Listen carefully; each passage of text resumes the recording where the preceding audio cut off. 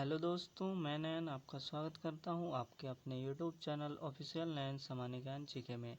तो दोस्तों, आज के इस वीडियो में मैं आपके लिए लेके आया हूं बहुत ही महत्वपूर्ण एवं सेलेक्टेड टॉपिक, बंगाल पर अंग्रेज़ों का आधिपत्य। ठीक है, तो इससे संबंधित एमसीक्यू क्वेश्चंस करेंगे जो कि एग्ज़ाम में बार बार पूछे जाते हैं। आप चाहे किसी भी कॉम्पिटिटिव एग्ज़ाम की तैयारी कर रहे हैं, सभी परीक्षाओं के लिए ये प्रश्न उपयोगी होंगे। तो वीडियो में अंत तक बने रहिएगा और यदि हमारे चैनल में पहली बार आए हैं तो हमारे चैनल को सब्सक्राइब कर लीजिए, साथ ही बेल आइकन को प्रेस कर लीजिए ताकि हमारे आने वाले हर वीडियोस की नोटिफिकेशन आपको समय समय पर मिलता रहे। तो चलिए शुरू करते हैं। तो सबसे पहले हम लोग देख लेते हैं और आज का हमारा पहला प्रश्न है, 1740 ईस्वी की गिरिया के युद्ध में सरफराज को मारकर बंगाल का नवाब कौन बना था। ठीक है, तो दोस्तों इसका आंसर हो जाएगा अलीवर्दी खान। यानी कि 1740 ईस्वी में गिरिया का युद्ध हुआ था और इस युद्ध में सरफराज को बंगाल का नवाब बना था अलीवर्दी खान। तो इसमें सरफराज को वे मार दिए थे और मारकर बने थे बंगाल का नवाब।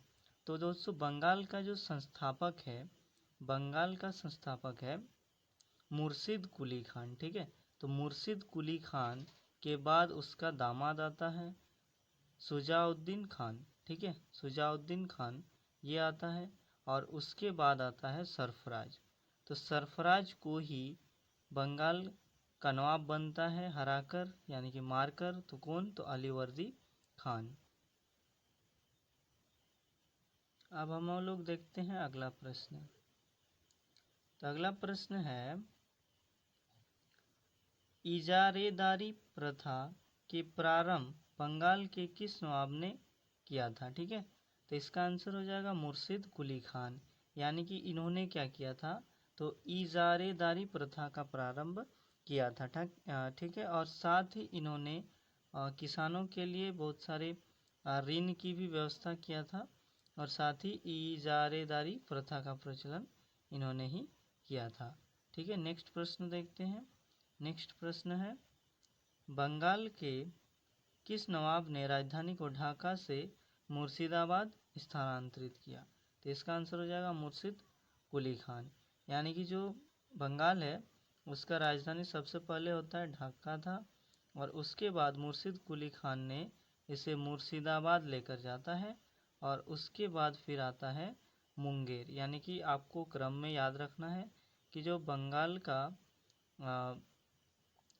का जो राजधानी है वो पहले ढाका है, उसके बाद मुर्शिदाबाद, फिर मुंगेर बनता है। ठीक है, तो ये है इसका क्रम, तो आपको याद रखना है। और नेक्स्ट प्रश्न की ओर चलते हैं। तो नेक्स्ट प्रश्न है, किस शासनकाल में बंगाल को भारत का स्वर्ग कहा जाता है। तो अलीवर्दी खान के शासनकाल को बंगाल का स्वर्ग कहा जाता है। ठीक है, यानी कि अलीवर्दी खान सरफराज को मारकर गद्दी पर बैठता है और इसके बाद यह जो टैक्स पहले दिया जाता था, यानी कि जो स्वतंत्र शासक था मुर्शिद कुली खान, तो वह मुगलों को एक टैक्स देता था। ठीक है, तो टैक्स देता था, राजस्व देता था।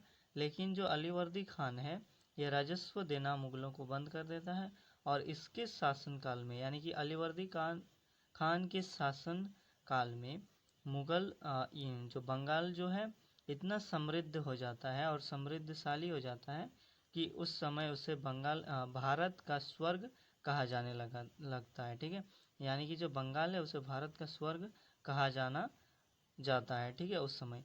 अब हम लोग नेक्स्ट प्रश्न देखते हैं, क्वेश्चन नंबर 5। तो अगला प्रश्न है कि प्लासी का युद्ध कब हुआ था। ठीक है दोस्तों, तो प्लासी का युद्ध हुआ था 13 जून 1757 में हुआ था। ठीक है, 13 जून 1757 में हुआ था प्लासी का युद्ध। अब हम लोग नेक्स्ट प्रश्न देखते हैं, क्वेश्चन नंबर 6। तो क्वेश्चन नंबर 6 है कि 1757 का जो प्लासी में युद्ध हुआ था तो ये किसके बीच हुआ था। ठीक है, तो रॉबर्ट क्लाइव, जो कि ईस्ट इंडिया कंपनी यानी कि अंग्रेज़ों का नेतृत्व कर रहे थे, रॉबर्ट क्लाइव, और बंगाल के नवाब थे सिराजुद्दौला। तो इन दोनों के बीच होता है युद्ध, प्लासी का युद्ध होता है, जिसमें ईस्ट इंडिया कंपनी की विजय होती है और सिराजुद्दौला इसमें हार जाता है। तो क्यों हार जाता है? क्योंकि इसका खुद का सेनापति मीर जाफ़र धोखा देता है, यानी कि Mir Jafar east India company से मिल जाता है, जिस कारण से सिराजुद्दौला हार जाता है। अब नेक्स्ट हम लोग देखते हैं प्रश्न। तो नेक्स्ट है, किसके धोखाधड़ी के कारण सिराजुद्दौला प्लासी का युद्ध हार गया था? यानी कि जो प्लासी का युद्ध हुआ था, तो इसमें जो अंग्रेज थे, ईस्ट इंडिया कंपनी थे, वे जीत गए थे। तो वे क्यों जीते थे? तो इसका मुख्य कारण है कि जो सेनापति था, सिराजुद्दौला का जो सेनापति था मीर जाफ़र, वह धोखाधड़ी करता है, ठीक है, यानी कि अपने ही लोगों को वह धोखा दे देता है, जिस कारण से प्लासी का युद्ध में बंगाल के नवाब की हार हो जाती है। नेक्स्ट प्रश्न देखते हैं। नेक्स्ट प्रश्न है, बंगाल की राजधानी मुर्शिदाबाद से मुंगेर किसने स्थानांतरित किया?